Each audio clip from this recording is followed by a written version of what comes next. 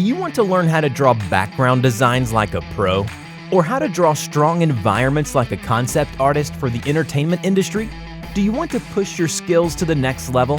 Let me introduce you to my tutorial that is probably perfect for you. How do I create a background for the animation industry?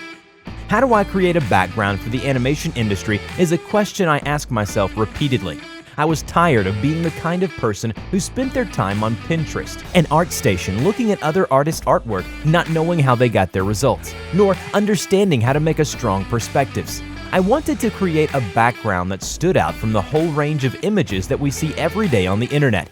I was tired of being discouraged and thinking that living off my passion was impossible.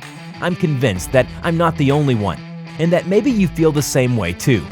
After spending hours and hours working hard to understand the secrets of artists I admired, I created a simple technique which transposes ideas into strong images in a very effective way.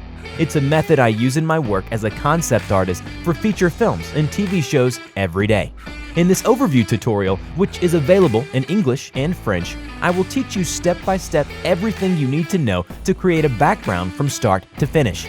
We'll start by examining together how to set up a perspective grid.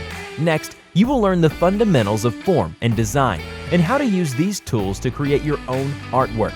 We will also observe the composition of an image and the emotions associated with it. Once the technique is learned, we will delve further than a classic tutorial. I'll show you how to breathe life into a background and relate a story without the help of the characters. And I'm even going to give you some tips on how to work in a structured way in order to be faster.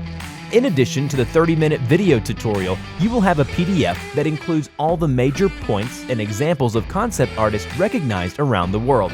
Of course, there are also brushes for Procreate and Photoshop, the PSD with all the layers, and finally, a mood board.